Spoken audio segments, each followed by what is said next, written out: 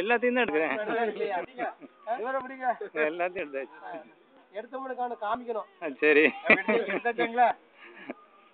இல்ல நாளைக்கு எடுத்துட்டு இந்த கேபிள்ல ஓட விடுங்க.